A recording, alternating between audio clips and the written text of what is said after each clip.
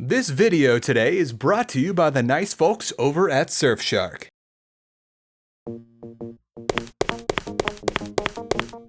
Why are you filming in the bathroom? You talking to me? Yeah. Why don't you get a job? Okay. But where?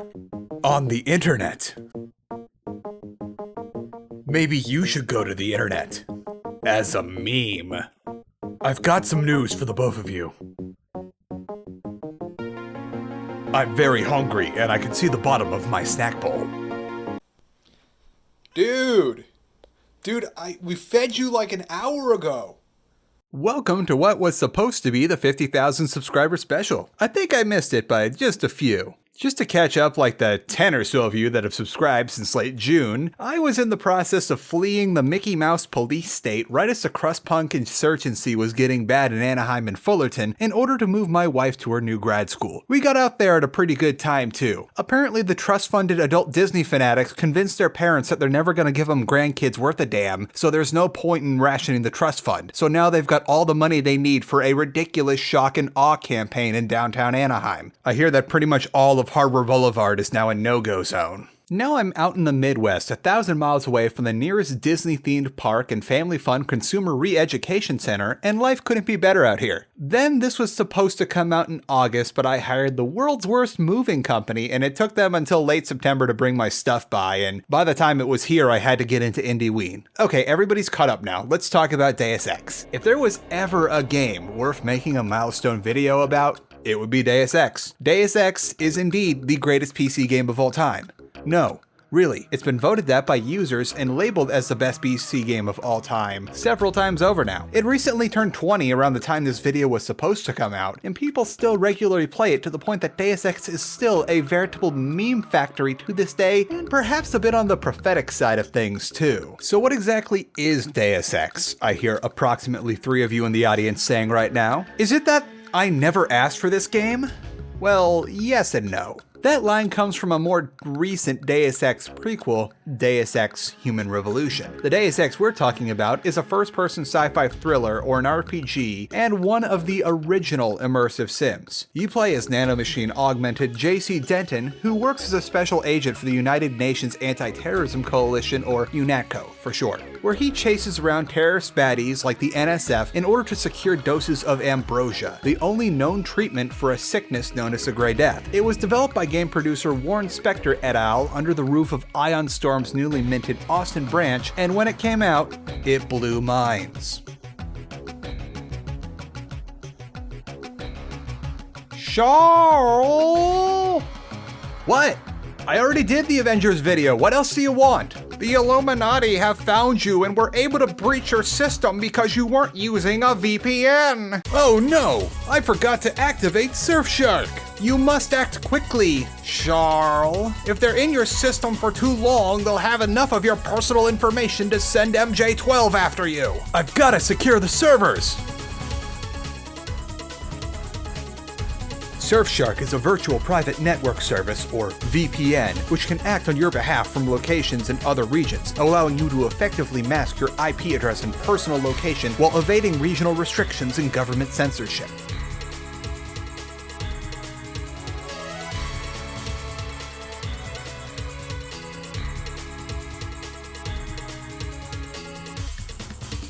Surfshark's VPN service uses high-end encryption technology, and it's fast on top of that.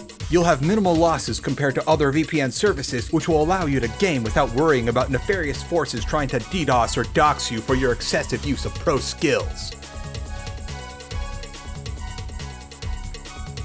Charles, why do you have to play a game on your phone to hack into a computer? I have no idea, but thanks to Surfshark's one account system, I can browse safely on public Wi-Fi with my phone. I do know, however, that Surfshark features a plain English terms of service page so anyone can understand how their information is being treated, as well as a special page that shows if any of their servers are under threat of searches, seizures, or data breaches from any entity. You've removed them from your system, Charles, but you must act quickly to make sure they can't get back in.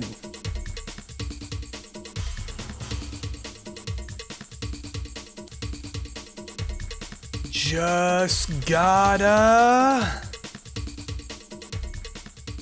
Got it! Wait, that was all you had to do in the first place? Yup.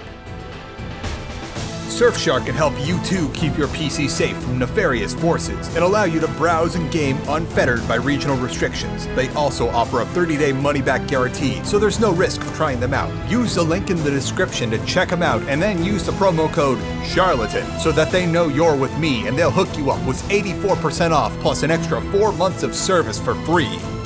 Hey, Charl, weren't we in the middle of a video? Oh, right. So let's start at the beginning. The who's, the what's, and the where's of Deus Ex.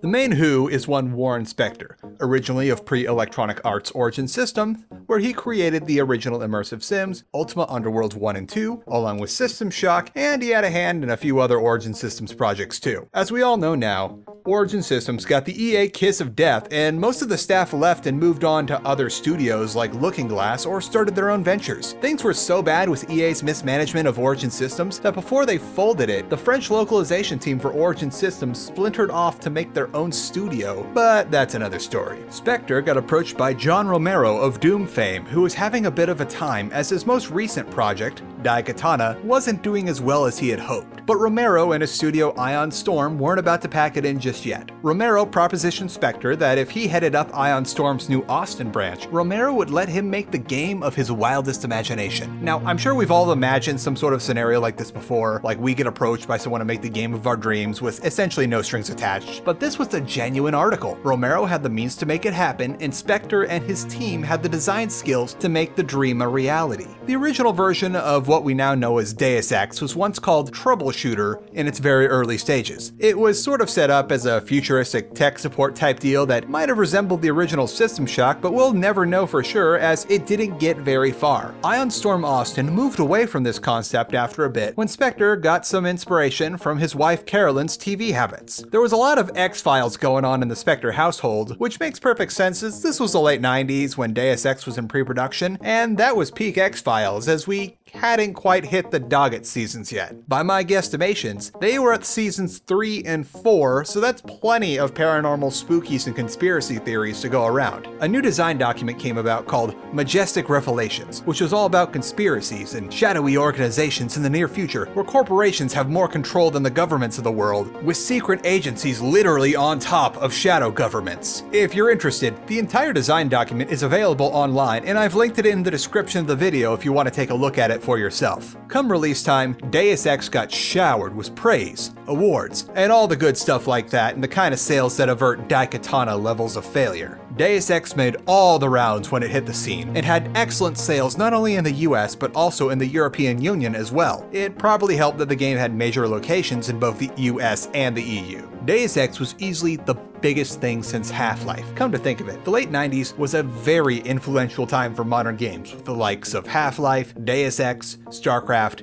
and so on. Good time to be a gamer. The first thing that's instilled into you when you play Deus Ex is just how many ways there are to do just about everything. Even as early as the tutorial, they make it a point of showing you that there is no one way to accomplish any given task, and the entire tutorial culminates in a scenario where you're told to approach the room however you feel like doing it.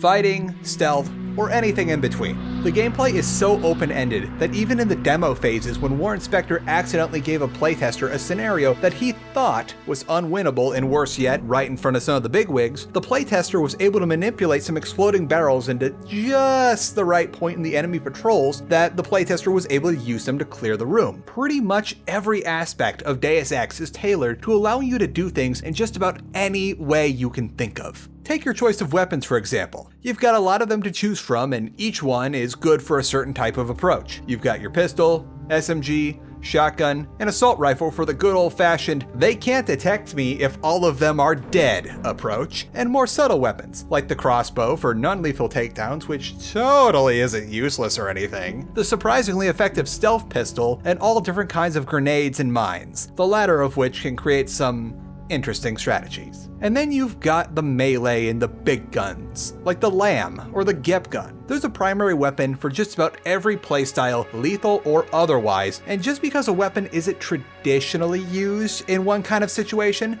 doesn't mean you can't work it into your approach. After the variety of weapons, you've got the variety of the level design. Every map can be done in about a dozen different ways, and each area presents a unique challenge to the player. Even random one-off areas like the secret MJ-12 sewer base or an apartment building that you need to get into are all deliberately made with care to allow for just about every imaginable playstyle. Speaking of that apartment building, let's use that as an example of just how many ways you can accomplish your objectives in Deus Ex.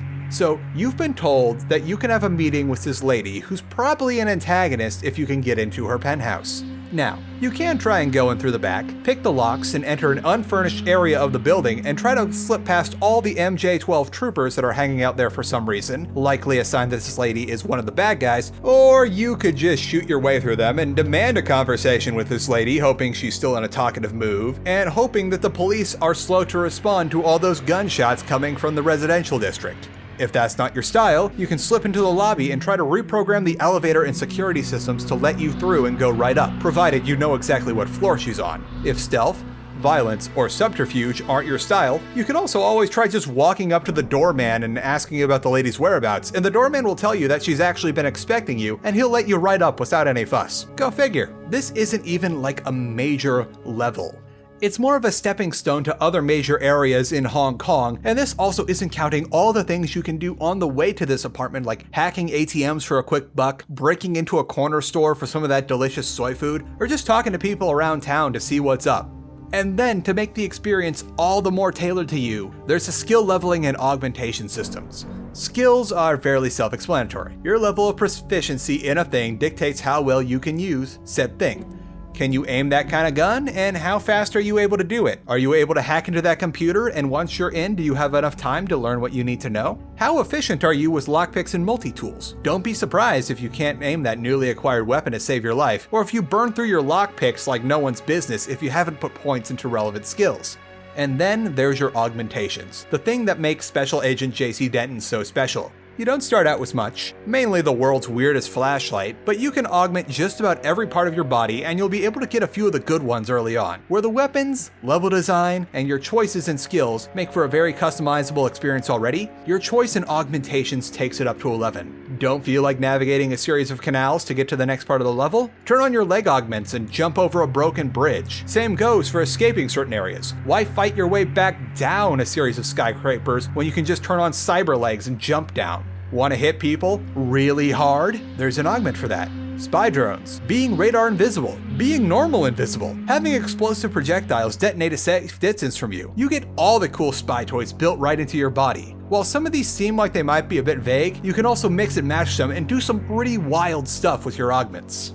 With all the ways you can customize your playstyle, Deus Ex pretty much has to think of everything so that you don't run into continuity problems, and it does that for the most part. Pretty much every course of action possible is accounted for while you're playing. There's only one thing that I personally found the game didn't really account for, and if you really want to save your brother Paul at one point in the game when you're faced with a force that is effectively impossible for you to take down, and Paul wants to fight them off at the cost of his own life, you're given the choice of either making an escape through the window so you can get away, and fighting the forces of evil later on as Paul's legacy, or you can try to rush a bunch of endgame level baddies, get wrecked, and then Paul will escape assuming that you died. I found out the hard way that the game never actually accounted for you fighting your way through them and winning, as I had saved up a bunch of lambs and I threw them around corners while taking advantage of how the men in black will explode upon death, taking out the lesser baddies with them. I fought my way all the way to the hotel lobby where I discovered Paul Denton's body on the ground, which confused me a bit as he was right behind me a moment ago. But it said that he was still alive, just unconscious. So I safe scummed my way through the clearing of the room and picked up my dear older brother to carry him to safety.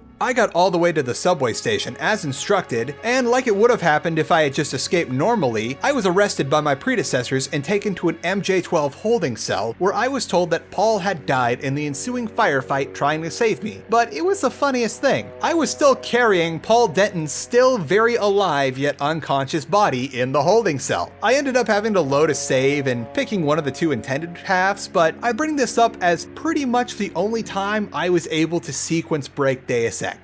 Every other time in my playthrough of the game, Deus Ex was always able to account for my shenanigans. The only other case I know of the game not accounting for your actions comes from those YouTube videos of people going as far to exploit the model collision of the Law rocket launcher to kill Bob Page prematurely, but that's more of an overt glitch exploitation. Deus Ex pretty much wrote the book on kitchen sink design, and on top of that, pretty much every choice you make will come back later on depending on who you told what, who you helped, and who is still alive by the time you get to the late game. Some of this makes for a bit of confusion, especially so in the sequel, but let's not think about that too hard as we already did a video on Invisible War. Something else that sets Deus Ex apart from all the other really good games of the time, and the ones that came after it, is that Deus Ex is also just the right kind of hokey in just the right ways that makes it endearing and even outright hilarious at times, which can lead to all these Deus Ex memes being passed around 20 years after the fact. Let's take some of the story elements. While the main plot is pretty intense in its conspiracies on top of conspiracies thread, pretty much every B-plot moment is pure silliness, from your interactions with UNATCO staff, to scientists working at MJ12 black sites, and between the awkward club encounters and the AI's infighting, Deus Ex's story has about as much goofiness in it as possible while still being able to be considered a serious narrative. Things double down with some of the mannerisms the AI will have, combined with the sound effects in a firefight. It's rather silly to watch it all when you're not playing it, but thankfully when you are playing it, it's still more engaging than silly. It's not quite a world filled with real people who have stuff to do, but those 2,000 NPCs are doing their best that they can.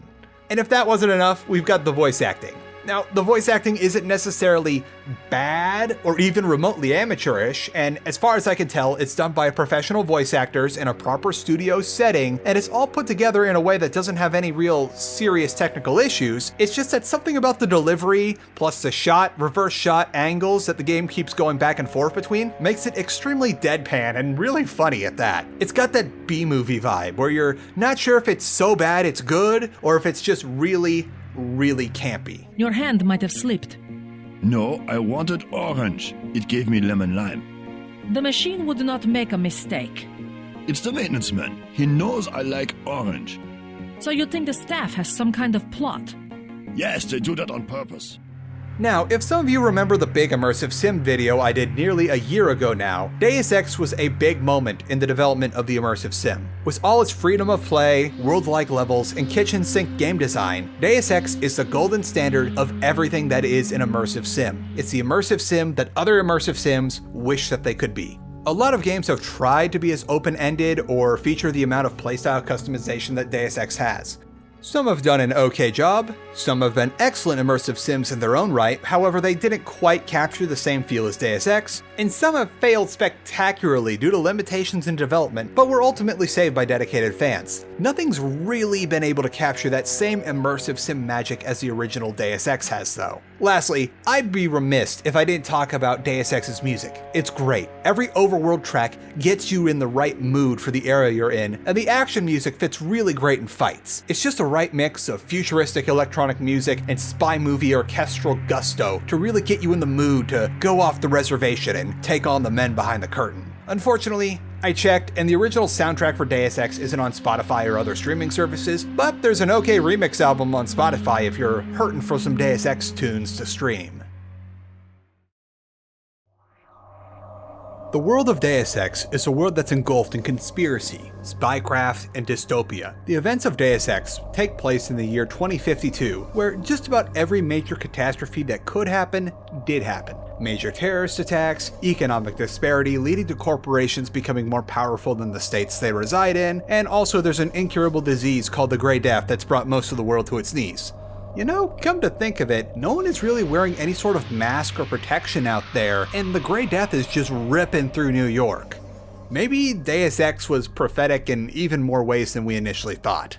The secrets, the shadowy organizations are all around every corner, and there's always someone who's pulling the strings in a way that they really shouldn't be. This is a world that's seen some stuff. Now, it wouldn't be a Deus Ex video if I didn't bring up stuff like how this game's version of New York didn't have the Twin Towers in its skyline despite being released in the year 2000. It's just a case of someone in level design spacing out or trying to save some memory or something, but when asked about this, the devs said that in Deus Ex's story, the towers were destroyed in a terrorist attack, which is fitting as UNATCO's base of operations is on Liberty Island, another place that got destroyed in a terrorist attack since there's a very heavy NSF presence in that area. This was all very unfortunate for obvious reasons. And what's a world of conspiracies without a bunch of crackpots, smooth operators, and a bunch of other such miscreants to keep the world in the terrible state that it's in? Now, thanks to the previously established voice acting and plus early 3D animation hokiness, you're not going to see too much nuance in the characterization, but there's definitely a unique cast of characters whose motives and backgrounds help shape the world. Take Bob Page, the CEO of VersaLife, who wants, well, literally everything, including but not limited to actual godhood. And then on the opposite end of the spectrum, we've got Tracer Tong, who wants to dismantle literally everything and revert the world to a more primitive state. And then there's the wild card, JC.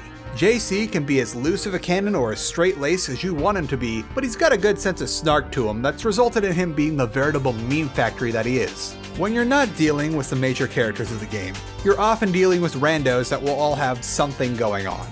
Sorta. Like I said before, at least to me it doesn't quite seem like a living world in Deus Ex, but people are certainly doing stuff in your presence. This isn't exactly a knock against the game, it's just that the whole concept of having an active world is a very, very hard thing to do. There are only a handful of games I can think of that can really pull it off, and most of them were made or achieved that state through diligent patching only a few years ago. Deus Ex does the thing where stuff is certainly going on, it's just that none of it will happen unless JC is there to witness it or his actions set it into motion, since Deus Ex was a very ambitious game for its time, and what good is all that ambition and content they made if the player doesn't see it? Regardless, every area in Deus Ex has a place off the beaten path and a few things here and there for you to see and do. Some are just a few simple conversations, some are full-blown side quests. There's really good at giving you a feel for what's going on in whatever part of the world you're in. Now, here would be the part where I did a story analysis of Deus Ex, but I'm gonna cop out here for several reasons. 1. I want all of you to go and play this for yourselves and experience it firsthand, as my summary would have a very hard time doing it justice. 2. There's a lot of choice in this that affects the narrative, and we could be here for like half an hour or so in the story segment going, or if you told him to do this, then this wouldn't happen, and I'm kind of on a deadline here. And 3, I'm presently trying to work on a Deus Ex timeline video like I did with the BioShock series, and I don't want to be too redundant here. Also, good lord, that timeline is a mess even before we get to the gaping hole between Mankind Divided and the original game. I can't stress enough how Deus Ex's story is worth the 30 hours or so it might take you on the first go-round, since there's just so much of it that's been memed or that's been immortalized in clips, and you might have already had a bit of the plot spoiled through those memes and clips, but trust me, it's worth it. So what kind of a legacy did all of that earn Deus Ex? Well, for one, we're still talking about it 20 years after the fact, and I know I'm not the only one who's done a video on it in the last year or so. For another, Deus Ex really established the Immersive Sim as the video game equivalent of Oscar bait. System Shock 2 is and was still amazing at the time and now, but one single game does not make for a revolution. With Thief 2, System Shock 2, and Deus Ex, all in the span of a couple years, we saw a renaissance of imsims from game devs outside the original lineage of Origin systems, such as Arx Fatalis or VTMB. Oh yeah, and it's been voted best PC game of all time on 2 separate occasions, and it sold gangbusters. Of course Deus Ex became a franchise. It started with the sequel, Deus Ex Invisible War, biggest misnomer name of all time, which while it was disappointing on all accounts, even to Spectre et al. Over at Ion Storm Austin, it's still a perfectly fine game, just not what was expected out of a sequel to Deus Ex.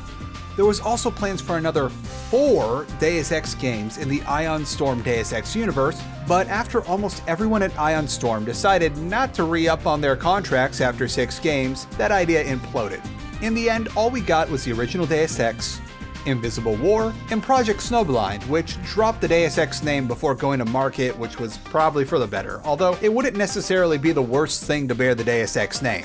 Later on, Square Enix would go on to acquire the rights to making Deus Ex games and would revive the franchise by creating the studio Eidos Montreal. Eidos Montreal came out swinging with the prequels to the original game, Deus Ex Human Revolution, and then later on, Deus Ex Mankind Divided. Which, while Mankind Divided was a very good game, it was hamstrung by Square Enix's meddlesome influence and a disastrous marketing campaign, which every last part of elicited an audible, "What the heck were they thinking?" from me when I saw each of them. One of Square Enix's meddlings was that Mankind Divided was originally meant to be the second and final part of what people were calling the Jensen story, series, or saga, is that Square Enix decided that a trilogy would make them more money, so lots of Mankind Divided was left on the cutting room floor to make another game. But then, when Mankind Divided didn't live up to Square Enix's outlandish sales expectations, they canned it while leaving the version of Mankind Divided that we got on a massive cliffhanger, which looked like the next game was going to tie it all together to the original game.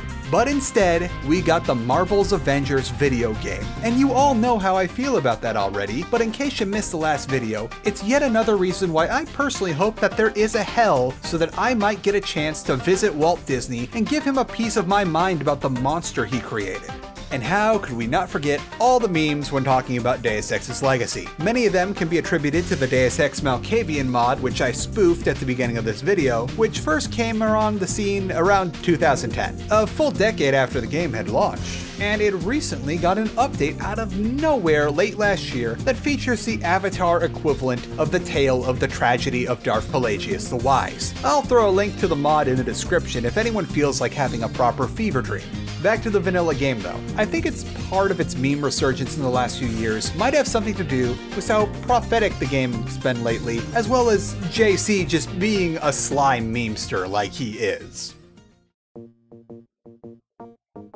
So in closing, Deus Ex is a game that everyone should take the time to play, and if you haven't gotten a hold of it already, it's like $7 nowadays, and I'll throw a link to the Humble store where you can support the channel through your purchase at no extra cost to yourself. I'm also putting a link to Deus Ex's PC Gaming Wiki page in the description so that no matter where you choose to buy it, you'll have the means to figure out on your own how to get it running as best you can on the system you're running it on. Speaking of compatibility, just as a heads up, you might find the control scheme of Deus Ex to be a bit dated if you haven't played it before, but I believe it comes with what's called Quake controls in the setting, which is a pretty close approximation to modern control schemes of the day. So I know that this video took much longer to get out than I thought it would, and Lord knows the last 4 months have been a wild ride for me, between getting very late notice that my wife had been accepted into veterinary school, planning a cross-country road trip and setting up an entire new lives for ourselves in a matter of weeks, and then living without my possessions for an entire month and change thanks to some scummy movers, which resulted in this video getting pushed way back. And I'm really sorry about that, but here we are. And as I wrap this up, my wife has settled into her first semester of vet school, and the channel is on the upshot. And it would seem that getting terminated from my job thanks to COVID lockdowns was the best thing to ever happen to me. In the near future, we will cover the Deus Ex prequel games, whether or not Postal 2 is an immersive sim, and that wonderful oddity that is Divine Cybermancy. On the way, I've got a few other things planned since you guys do love those spooky games so much, as well as some other stuff I thought it would just be fun to do. Follow-up to the big Immersive Sim video is also coming next month, and I will eventually get good and revisit Doom Eternal. I'm certainly finishing 2020 strong, and I've got big plans for 2021. I want to thank all of you for sticking with me through this troubling year, and I hope that this was worth the wait. Let me give a big thank you and shout out to $10 patrons at the time of recording this.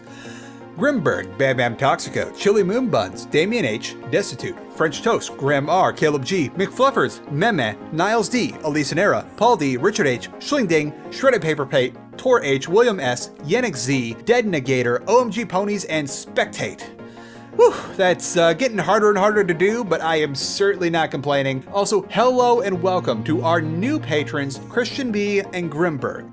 Mosey on over to my Patreon where you can get early access to videos, 4K cat clips, special roles in our Discord server, and updates on what's coming next for the channel. In the meantime, please wash your hands, stay safe, stay indoors, wear your mask and practice social distancing when you need to go out, and enjoy this cat video. I'm gonna give you a little chin scritchy. Oh, you don't like my chin scritchies because I washed my hands? which you're supposed to do frequently, because that is one of the key things to avoiding COVID-19? Sir, we give you boxes and snacks. Oh goodness. Oh no, he's not having any of this. I'm gonna pet you anyway. Sir, you gotta get together. Get it together. Can you do that? Can you get it together? Okay, Mom is back. We're gonna continue watching Inuyasha.